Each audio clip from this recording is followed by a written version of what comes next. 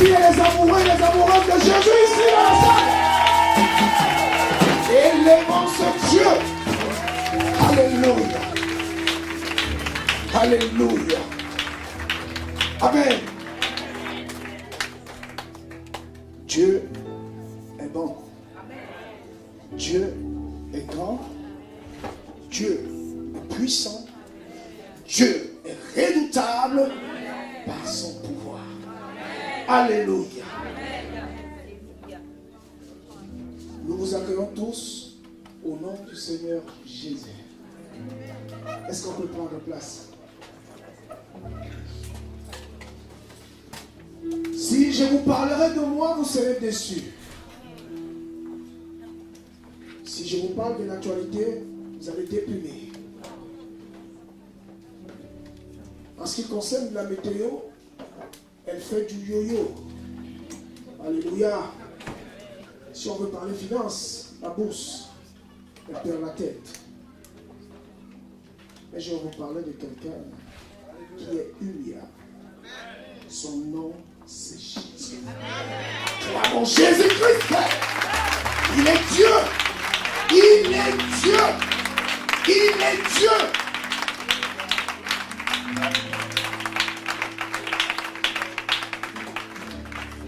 Je ne sais pas par où commencer. Mais ce que je sais, c'est que vous et moi, nous sommes invités. Alléluia. Amen. Alléluia. Amen. On va prendre un petit temps dans la prière. Seigneur notre Père, toi le véritable, le Dieu d'Abraham, le Dieu d'Isaac, le Dieu de Jacob, le Dieu très haut, celui qui n'a ni commencement ni fin. Père, nous voulons t'adorer. Nous voulons essayer de parler de toi. Seigneur, nous voulons que ton esprit prenne possession et position dans ce lieu, afin que ton nom seul, afin que tes œuvres, afin que ta parole soit manifeste et palpable dans ce lieu, Père. Au nom de Jésus. Amen. Amen. Amen. Est-ce qu'on peut acclamer Jésus? Je suis un fou de Jésus. Je suis fou de Jésus. Et quand je parle de Jésus, je deviens fou. Donc ça veut dire que je deviens doublement fou. Alléluia. Alors, il y a une nouvelle qui me réjouit. C'est que si Bill Gates ne m'invite pas, si les palais d'Hollande ne me reconnaissent pas, et si je veux voir, je ne sais pas, le président de la région, il ne me connaît pas, moi je sais qu'il y a une personne qui me connaît. Alléluia. Oh, celui qui me connaît te connaît. Celui qui me connaît te connaît. Non seulement il ne va pas chercher ton nom dans un ordinateur, le problème c'est que c'est lui qui te donne un nouveau nom. Alléluia. Acclamons Dieu. Oui, frère, je vais vous parler de celui qui nous a créés. Et quand il a pris le temps de nous créer, il nous a créés à son image. Et non seulement qu'il nous a créés à son image, il ne s'est pas arrêté là, mais il nous a appelés à lui. Nous avons une invitation. Es-tu prêt? As-tu l'habit nécessaire pour prendre part aux noces? Alléluia. L'invitation est lancée. C'est une invitation qui ne dépend pas d'une position sociale, de la couleur de peau, de son état de santé, de son apparence physique, d'une connaissance intellectuelle quelconque. Mais c'est une invitation claire et précise. Une invitation qui t'appelle à te renoncer à toi-même. Une invitation qui te demande à prendre de la hauteur. Parce qu'il faut être néglant pour aller habiter là où se trouve l'aigle. Alléluia. Parce que là-bas, les canards, les poules, les coqs, les poulets, les KFC n'ont pas de place là-bas. Là-bas, ce sont les aiglons. Alléluia. Et tu es un aiglon là. Où sont les aiglons ici?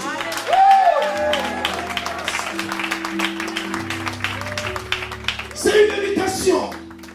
C'est une invitation où chacun a son nom. C'est une invitation où chacun a sa place. C'est une invitation où chacun est appelé. C'est une invitation où chacun est appelé à se sanctifier. C'est une invitation où chacun est appelé à implorer la grâce. C'est une invitation où Dieu le Père, Dieu dans sa gloire, Dieu dans sa puissance éternelle, indescriptible, t'a lancé, m'a lancé. Et tu as l'honneur de cette invitation. Alléluia. Depuis les temps anciens, les anges, les créatures célestes sont à la tâche pour te préparer une place, pour te préparer un mets. La Bible dit dans le livre d'Ésaïe, l'Éternel notre Dieu a préparé sur une montagne un mets fécule avec du vin vieux. Es-tu digne de boire ce vin? Alléluia. Le vin que nous allons boire, mes frères, n'est pas ce vin qu'on vend dans les caves de Bernard Arnault. Non. C'est autre chose que ça. Le vin que tu vas boire, le vin que je vais boire, c'est un vin vieux. C'est un vin spécialement, particulièrement spécial. Es-tu prêt? J'allais dire, sommes-nous dignes? Mets ton chiquet à côté. Mets tes filets à part. Mets ta beauté sous le lit. Et présente-toi devant ton Dieu. Alléluia. Paul va dire à Timothée, à toi de te présenter comme un document, un serviteur éprouvé. Alléluia. Es-tu éprouvé? Es-tu passé par le feu? Ou contournes-tu le feu par des manières? Ou dans ta parole, quand tu l'ouvres pour la lire, les parties qui te font mal, tu les gommes. La Bible dit, au commencement était la parole. Cette parole, on ne peut pas l'effacer, les frères. Parce que c'est cette parole qui est la base, le fondement de toutes choses. Alléluia. La parole de Dieu est uniable parce que c'est la parole de Dieu qui est Dieu.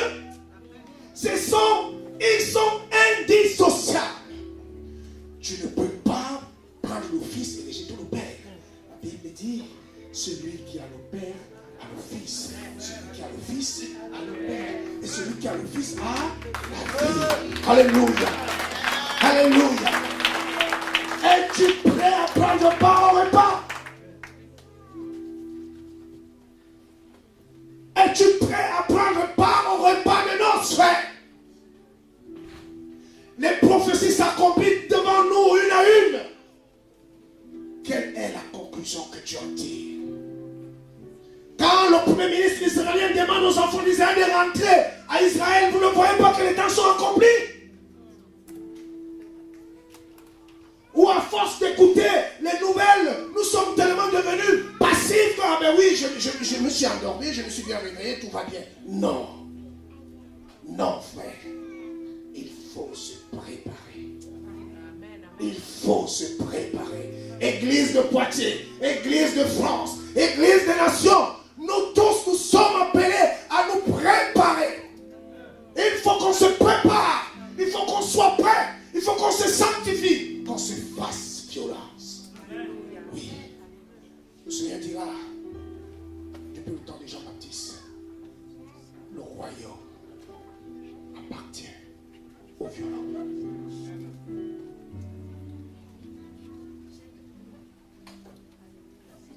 Luc, chapitre 14.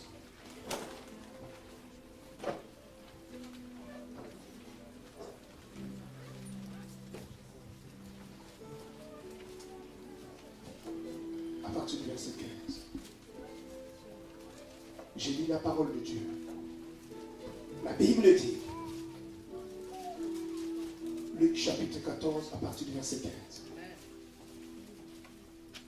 Un de ceux qui étaient à table, ayant entendu ces paroles, lui dit, béni est celui qui mangera du pain dans le royaume de Dieu. Et Jésus répondit, et donc fit un grand festin, et il convia beaucoup de gens. Et à l'heure du souper, il envoya son serviteur pour dire aux convives, venez, car tout est déjà prêt. Mais ils commencèrent tous unanimement à s'excuser. Le premier lui dit, j'ai acheté un champ et il me faut nécessairement partir pour aller le voir. Je t'ai prie, excuse-moi. Et un autre dit, j'ai acheté 5 paires de bœufs et je vais les essayer.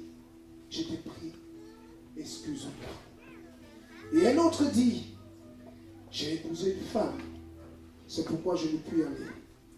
Le serviteur de retour rapporta ces choses à son maître. Et le père de la famille, irrité, dit à son serviteur, va promptement dans les places et dans les rues de la ville et amène ici les pauvres, les impotents, les boiteux et les aveugles. Puis le serviteur dit, maître, ce que tu as commandé a été fait et il y a encore de la place. Et le maître dit au serviteur, va dans le chemin et le long des haies, et ce que tu trouveras, contrains-les d'entrer, afin que ma maison soit remplie. Car je vous dis qu'aucun de ces hommes qui avaient été conviés ne goûtera à mon souper. Amen. Mes frères, voilà l'invitation qui est lancée. Nous savons, c'est la lumière de cette parole que quand nous disons le Dieu d'Abraham, le Dieu d'Isaac, le Dieu de Jacob, nous parlons du Dieu d'Israël. Alléluia. Amen. Jésus lui-même va dire à la femme samaritaine, je suis venu d'abord pour les Juifs.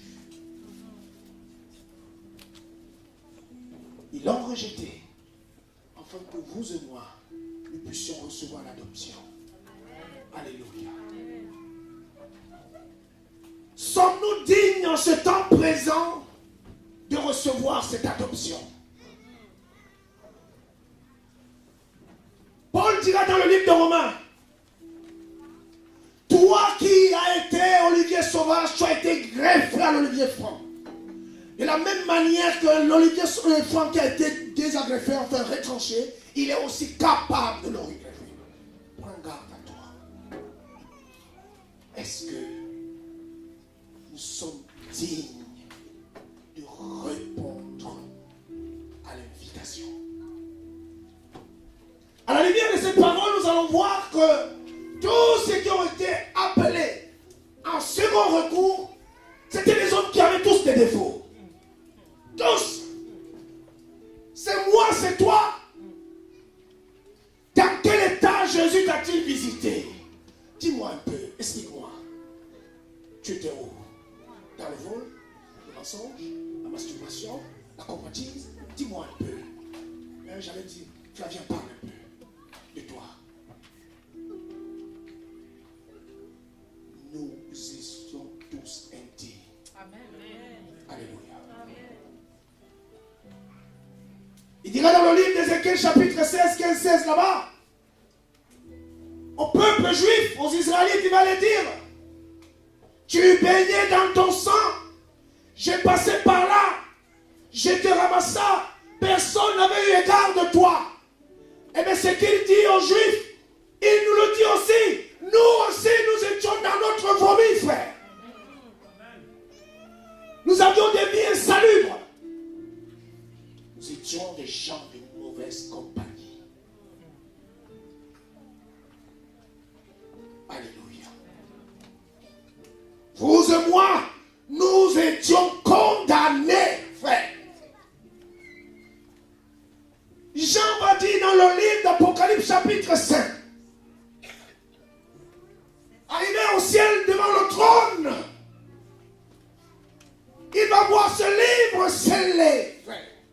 C'était notre condamnation, toi et moi. Mais qui pouvait prendre notre place afin que le sacrifice parfait puisse être exaucé? Qui?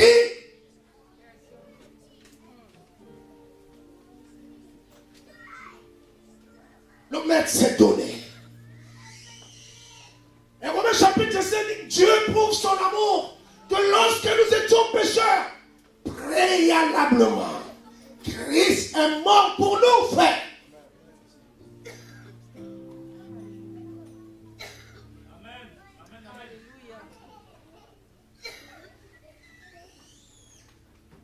On va prendre le livre de Matthieu, chapitre 22.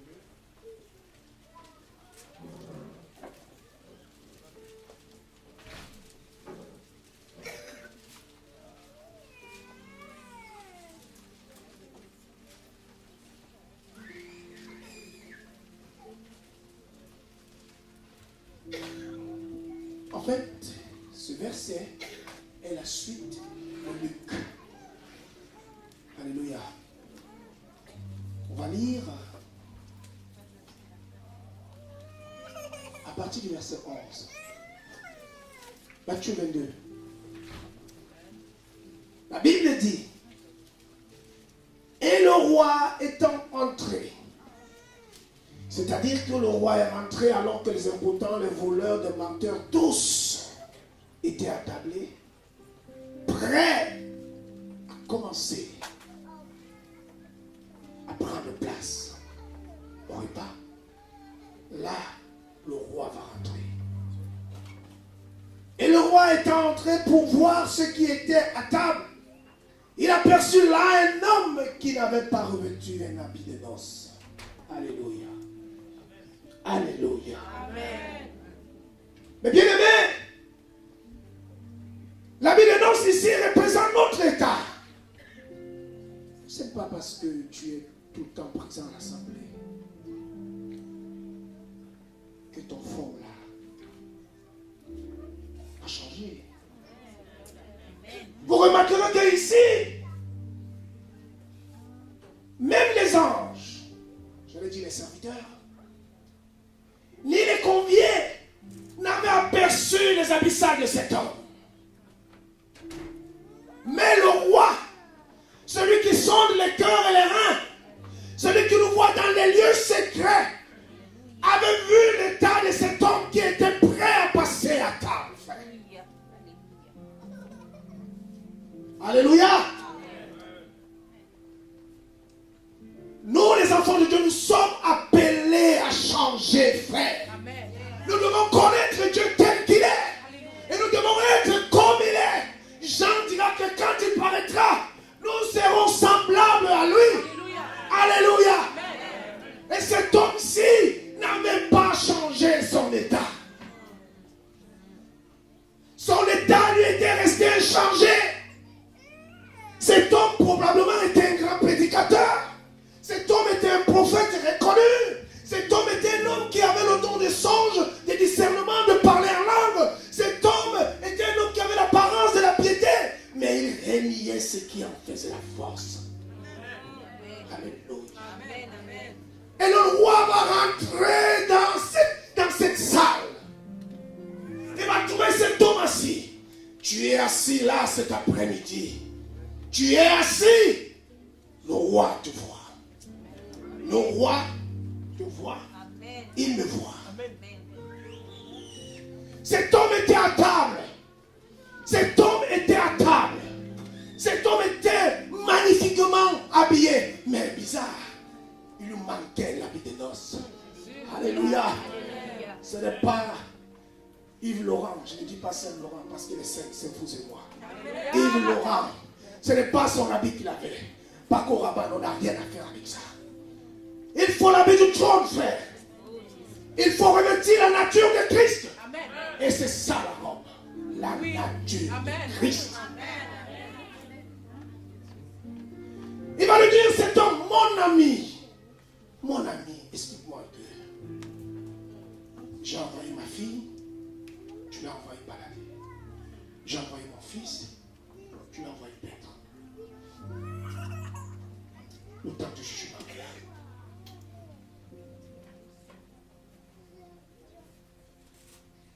Au verset 12, il lui dit, mon ami, comment as-tu fait? Comment as-tu entré ici sans avoir un habit de noces? Et cet homme eut la bouche fermée.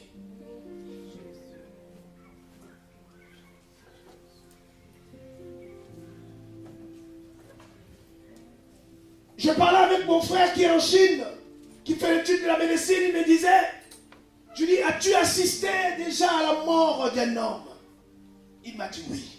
Je dis, explique-moi. Je voulais que lui, étudiant en médecine, il me dise si ses propos corroborent avec la parole, frère. Et il m'a dit, c'est un moment spécial.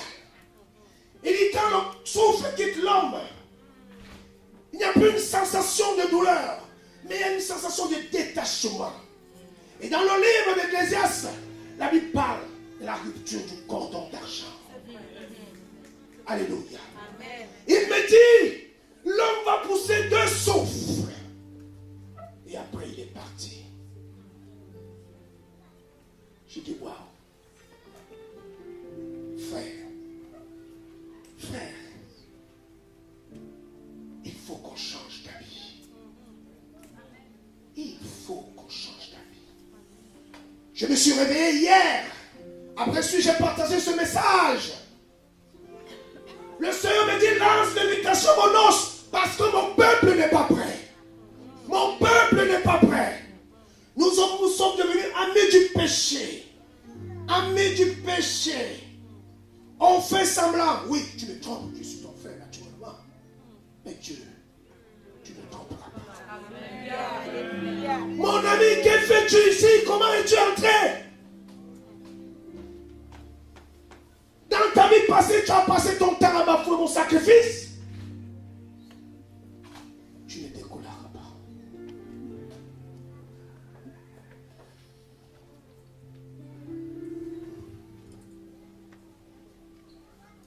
L'invitation est lancée. Sommes-nous prêts? Les noces sont là.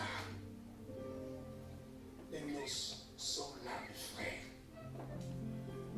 Arrêtons avec un évangile qui nous fait du bien et nous caresse dans le sens du poil. Non, frère.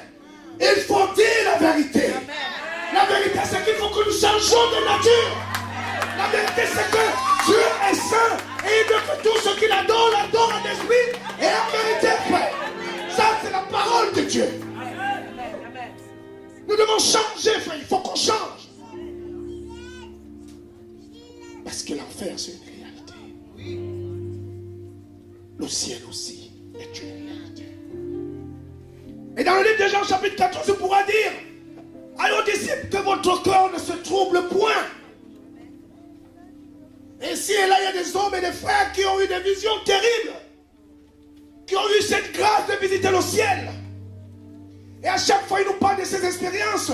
C'est comme si c'était palpable. Et Paul, dans le livre de 2 Corinthiens, chapitre 12, il nous parlera de ce ciel qui est réel. Que fais-tu de tout cela? Christ revient, frère. Christ revient. Oh, mes frères. Oh, mes frères. Préparons-nous, Église. Le Maître arrive. Le Maître arrive. Oh, mes frères. C'est un jour glorieux. Préparons-nous. Bien évidemment, la préparation se passe dans la souffrance. Il faut que tu souffres. Il faut que ce que tu aimes là, ton rêve que tu as là, il faut que tu abandonnes pour que tu puisses être agréable à ce Dieu. Tu ne peux pas être agréable à lui si lui ne devient pas ton rêve. Parce que notre Dieu ne partage pas sa gloire. Il est Dieu, il est assis et il règne. Alors si tu as un rêve, ton rêve doit être ce Dieu. Si tu as ton rêve, tu ne peux pas avoir de rêve. Non, on a un seul rêve, c'est Jésus. Alléluia. Et nous soupirons après son retour. Ça doit être l'objet. Pierre dira, nos légères afflictions ne sont rien. Nos légères afflictions ne sont rien par rapport à la gloire à venir. La gloire, c'est quoi? La gloire, c'est que vous et moi, nous serons ensemble dans le royaume, frère. Oui, tu pourras voir Gabriel, tu pourras voir Michael, tu pourras voir le maître des maîtres dans une robe de gloire, dans une robe somptueuse. Il sera là, dans sa gloire, en train de nous bénir, en train de nous dire. Et tu lui demanderas, papa, explique-moi comment tu as fait les cieux, comment tu as fait. Et Michael, il est où? Il va te dire, ma fille, mon fils, je sais. Tu vas dire, papa, la sanctification là, c'était vraiment compliqué. Il va dire, oui, je sais, mais à celui qui vaincra, à celui qui vaincra, il faut vaincre, frère. Il faut vaincre. Il faut vaincre, mes frères. Les enfants de Dieu ne supportent plus les épreuves. Vous croyez que c'était facile que le maître meure à la croix?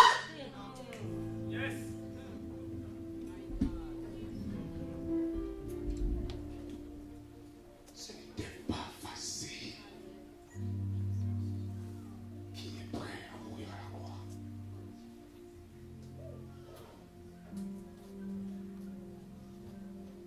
Nous devons vaincre.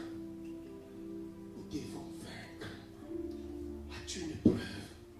As-tu quelque chose qui te tient à cœur? Laisse-le. Suis Jésus. Il faut suivre Jésus. Frère, un homme pourra te décevoir. Je ne sais pas. Mais Jésus, frère, Jésus ne déçoit jamais. C'est un homme de victoire. C'est un homme de paix. C'est un homme de puissance. Moi, je vais te condamner, je vais te juger, je vais avoir des a priori devant toi. Mais lui, il compatit. Il compatit. Jésus. Il nous faut cet habit. Il nous faut absolument cet habit. Si nous n'avons pas cet habit, nous ne serons pas agréables à lui. Si nous n'avons pas l'habit de Christ, nous ne serons pas semblables à lui.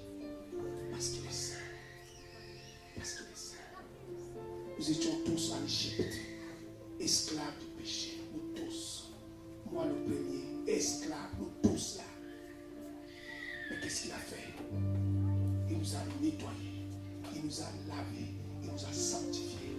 Il nous a donné sa nature. Jean dira que nous sommes les prémices d'une nouvelle nature. Les prémices. Nous sommes les prémices, mes frères.